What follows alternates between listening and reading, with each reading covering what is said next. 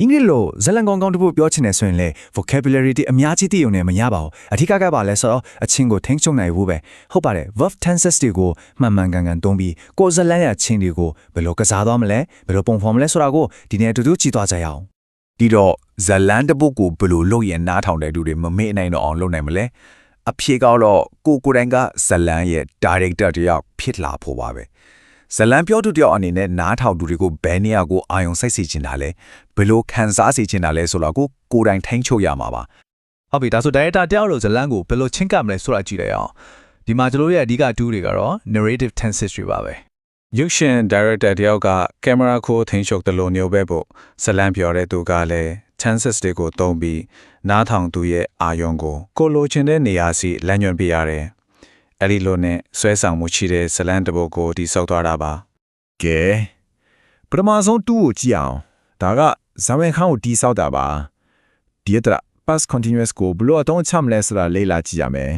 past continuous ကိုဇလန်ရဲ့နောက်ခံမှန်ချီကတစ်ချက်လို့ပဲမြင်ကြည့်လိုက်ပါသူကဇလန်ကိုရှေ့ဆက်ဖို့တွန်းပို့နေတာမျိုးမဟုတ်ဘူးဒါပေမဲ့နားထောင်သူကိုဇကွက်ရဲ့အခြေအနေနဲ့ပတ်ဝန်းကျင်တွေကိုဆွဲခေါ်သွားတဲ့အထူးအရာတစ်ခုပေါ့ကဲကျွန်တော်တို့ရဲ့ဇလန်လေးကိုဆက်လိုက်ရအောင်မိုးရီတီးတီးမိမိဝါနေခဲ့ဒီလေးကတိုက်ခတ်နေခဲ့တယ်ဒီဝါကြမှာ was raining နဲ့ was blowing ဆိုတာကဇလန်ရဲ့အဓိကအဖြစ်ပြမဟုတ်သေးဘူးဒါက not ခန့်အခြေအနေကိုပုံဖော်ပေးနေရပဲဆိုတာသတိထားကြည့်ပါ past continuous ကဇဝင်ခန်းရဲ့ not ခန့်ကိုပုံဖော်ပေးတာအပြင်တခြားအသုံးဝင်တာတွေလည်းရှိသေးတယ်ဥပမာ he was living in Brazil ဆိုတဲ့ဝါကြကသူ Brazil မှာတသက်လုံးနေတော့တာကိုပြောတာမဟုတ်ဘူးဇက်လန်ဖြစ်နေတဲ့အချိန်တုန်းကယာယီနေခဲ့တဲ့အခြေအနေကိုပြောတာဒါကဇက်ကောင်ရဲ့နောက်ခံကိုအရေးအမြော်ပေးလိုက်သလိုပါပဲဟုတ်ပြီဇဝင်ကလည်းအစင်တင်ဖီးပြီဆိုတော့ action စဖို့ချင်းရောက်ပြီ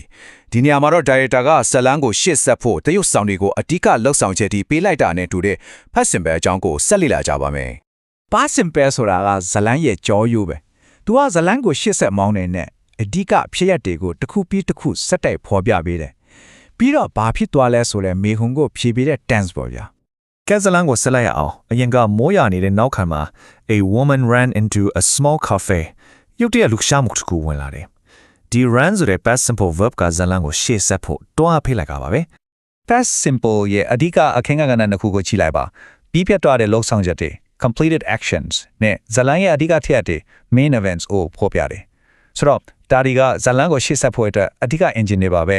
ကဲအခုနည်းနည်းလေးပို advance ဖြစ်တဲ့ director ရဲ့ technique တစ်ခုကိုကြည့်ရအောင်စဉ်းစားကြည့်လေရုပ်ရှင်တွေမှာဆိုလက်ရှိထိနေတဲ့ဇလန်ကိုခဏရက်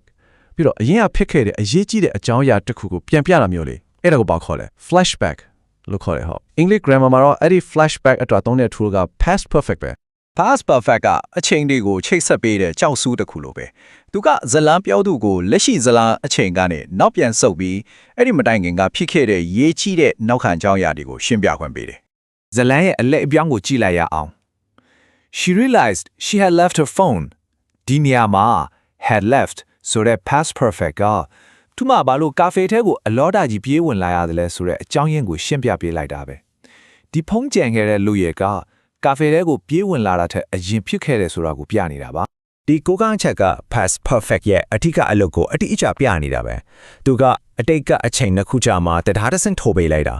ဆိုလိုတာကသူမသတိပြုမိတဲ့အချိန်ဆိုတဲ့အတိတ်နဲ့သူမဖုံးကြံခဲ့တဲ့အချိန်ဆိုတဲ့အတိတ်ထက်ပိုစောတဲ့အတိတ်အဲ့ဒီနှစ်ခုကိုချိတ်ဆက်ပေးလိုက်တာပါကဲအခုကျွန်တော်တို့ရဲ့ဇလန်တိုလေးကို final cut အဖြစ်ပြန်ကြည့်ပြီးတော့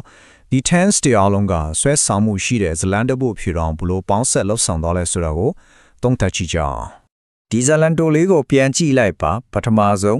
past continuous နဲ့နောက်ခံကိုပုံဖော်တယ်ပြီးတော့ past simple နဲ့အဓိကလှုပ်ရှားမှုကိုပြတယ်နောက်ဆုံးမှာ past perfect နဲ့အကြောင်းရင်းကိုရှင်းပြတယ် tense တစ်ခုချင်းစီမှာသူ့အခန်းကဏ္ဍနဲ့သူရှိနေတာကိုတွေ့ရမှာပါဒီ timeline ကဖြစ်တဲ့အစီအစဉ်ကိုရှင်းရှင်းလင်းလင်းပြပေးနေတယ်အဓိကဇလန် main story time ကအတိတ်မှာဖြစ်နေတော့မှာ past perfect လှုပ်ဆောင်ချက် had left ကအဲ့ဒီအတိတ်ရဲ့အတိတ် past မှာဖြစ်ပျက်ခဲ့တဲ့ဆိုတာကိုရှင်းရှင်းလင်းလင်းမြင်တာစေပါတယ်ဒီမှာတော့အရာအလုံးကိုရှင်းရှင်းလင်းလင်းဇယားတစ်ခုအဖြစ်အချင်းချုပ်ဖော်ပြထားပါတယ်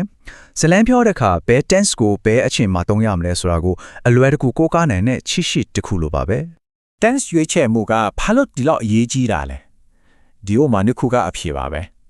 The train left ဆိုရင်ကိုရောက်တဲ့အချိန်မှာပဲယထာကထွက်သွားတာဖြစ်နိုင်တယ်။ဒါပေမဲ့ the train had left လို့ပေါ်လာရင်တော့ကိုမရောက်ခင်ကတည်းက ယထာကထွက်သွားညင်ပြီဆိုတဲ့အတိပဲထက်ရောက်ဖို့လားအတိပဲလောဘကွာသွားတာပေါ့ ကဲတူးလီအကြောင်းလေနားလေသွားပြီဆိုတော့ကိုယ်တိုင်အသွင်းချဖို့စဉ်းစားရမယ့်အချိန်ရောက်ပါပြီဇာလန်တပုတ်ကိုတိစောက်တဲ့အခါဒီရိုးရှင်းတဲ့အဆင့်3ဆင့်ပါဒါရိုက်တာရဲ့ checklist ကိုတရိယာပါဇာဝန်ခံတိစောက်ပါလှူရှာမှုချက်ပါပြီးတော့နောက်ခံဇာတ်ကြောင်းကိုထုတ်ဖော်ပါအခုဆိုရင်